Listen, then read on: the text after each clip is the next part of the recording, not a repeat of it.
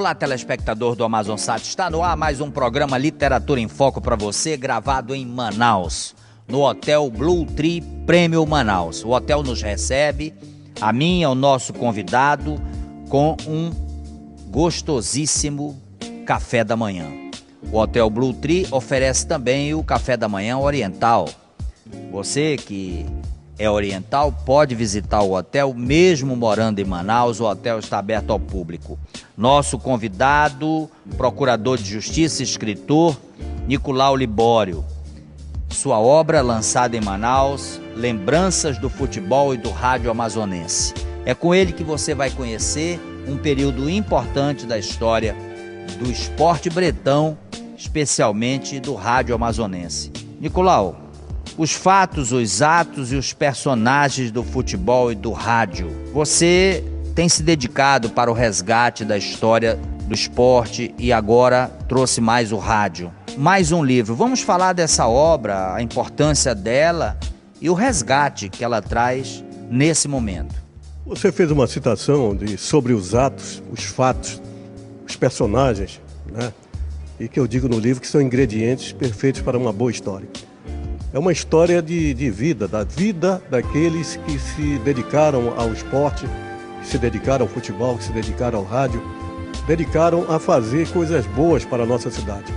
O que eu lamento profundamente é a falta de comprometimento, a memória curta, que não permite com que a gente possa guardar as coisas que nós tivemos e que poderemos ter para exemplo do futuro, no futuro. Quando eu falo de atos, por exemplo, o grande ato que nós tivemos aí foi o ato do governador Danilo Ariosa de ter a coragem naquela época de construir um estádio de futebol, que foi uma ideia do Plínio Coelho, um governador que foi caçado pela Revolução. Esse foi o grande ato. Um outro grande ato praticado também por quem gostava de esporte, porque quem fazia a crônica esportiva, a criação da Federação Amazonense de Futebol. São exemplos. Essa criação da federação teve uma importância muito grande porque ela chega no momento em que o esporte precisava de uma sacudida. E aí nós temos a figura de um dos, e temos então o Flaviano Limoges.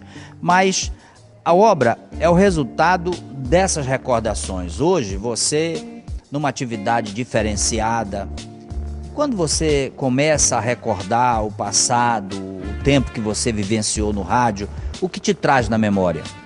Olha, eu observo o seguinte, nós vivemos fases distintas. Quando nós começamos a fazer tudo isso, Manaus tinha uma população de 270 mil pessoas. Hoje Manaus é uma cidade com acima de 2 milhões de pessoas. Então, naquele tempo, eu lembro inclusive de um livro passado, eu falava a respeito das opções de divertimento da cidade de Manaus. Quais eram as alternativas? Ou você ia para o cinema, né, no Politeama, no Guarani, no Odeon, no Ideal, e outros cinemas, Éden. Ou então você ia para o Parque Amazonense, que ficava aqui em Adrianópolis, ali perto, próximo da caixa d'água do reservatório do Mocó, ou você ia para o Estádio da Colina assistir o futebol.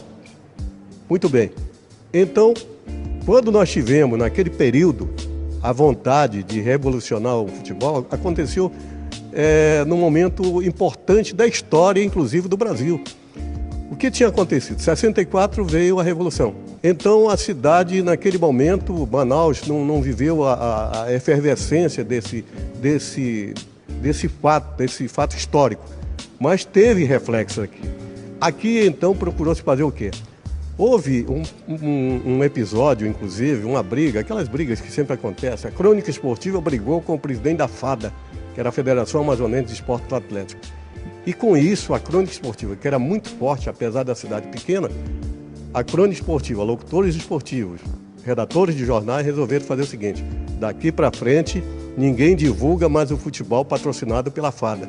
Nós vamos criar uma federação de futebol. E o detalhe, naquele tempo não era CBF, era CBD, Confederação Brasileira de Esporte. E aqui era a FADA, Federação Amazonense de Esportes Atléticos. Precisava-se criar uma federação específica para o futebol. Veio a FAF. Flaviano Limoges foi o grande líder, saiu do meio da crônica esportiva, liderou esse grupo, ficou na federação durante 8 anos. Ele foi o grande idealizador, o grande motivador, inclusive, do Danilo Ariosa para que o Vivaldão fosse construído. Ele foi o líder que fez com que nós tivéssemos a oportunidade de colocar o nosso futebol aqui na vitrine do futebol nacional. Demolição do estádio Vivaldo Lima. Um estádio feito com muito carinho, como você falou, por um governador corajoso, e de repente é demolido para dar espaço à modernidade. O que você pensa disso? Olha, eu procuro fazer inicialmente o histórico a respeito disso. Plínio Ramos Coelho foi governador do estado aqui de 55 a 59. Nesse período, ele, como afilhado político do Vivaldo Palma Lima, que não era um senador, o pessoal confunde aí, dizer que não era o senador, era o pai do senador, e era presidente do PTB, partido do governador Plínio Coelho. E ele queria homenagear esse homem, fazendo um estádio de futebol, construindo um estádio de futebol e dando o nome desse homem ao estádio. Só que esse período não foi possível fazer. Então, depois assumiu Gilberto Bertrinho, 59 até 61, até 63, aliás, assumiu o Plínio Coelho e vinha com a ideia de fazer. Não foi possível porque ele foi cassado neste ano, em 64, logo a seguir em 64. Muito bem. E aí se teve a ideia de levar à frente a construção do estádio. Em 68, o Flaviano Limões, que já era presidente da FAF, começou a tocar fogo na paróquia, né? Dizia, vamos fazer um estádio de futebol. E o Danilo Areosa, que não sabia, não tinha ideia de quantos lados tinha uma bola, que ele não entendia nada de futebol, não sabia que a bola tem dois lados, de dentro e de fora. E então ele levou à frente a ideia. E o povo entrou na euforia.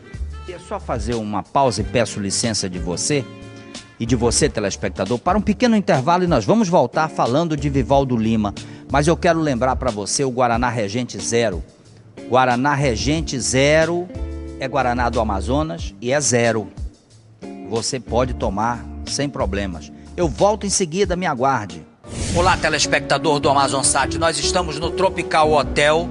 Vamos falar com Reginaldo Silva, que é chefe de cozinha, e ele está montando exatamente uma mesa para você que precisa de uma alimentação light, uma alimentação leve. Nós montamos aqui uma salada com folhas, né? Só folhas coloridas e as frutas. A gente também colocou o palmito, também, que é super light, né? Super natural, tá? O palmito de pupunheira. E um molho também bem reduzido, com azeite extra virgem e a mostarda. E algumas gotinhas de limão. É um prato totalmente light, né, para quem quer cuidar da saúde. Mas este é um prato de entrada. Depois nós temos o prato quente. No prato principal a gente está oferecendo um lombo de pirarucu também, que é a parte mais magra, né? Sendo que a gordura do peixe é uma gordura saudável, né? Com ômega 3. A gente está oferecendo um lombo de pirarucu com brócolis cozido no vapor, batata e um arroz escorrido com ervas da nossa região. Depois deste prato light, nós temos a sobremesa. A sobremesa também a gente está oferecendo um cheesecake com recheio de cupuaçu, também é uma fruta regional, né? A massa do cheesecake é uma massa também totalmente light, que é feita com manteiga light, e o recheio é feito com a polpa do cupuaçu e o queijo ricota, também totalmente sem muita gordura e sem muito açúcar. Então você já sabe, tudo isso oferecido aqui no restaurante do Tropical Hotel cai muito bem com o Guaraná Regente Zero. Afinal, é Guaraná do Amazonas.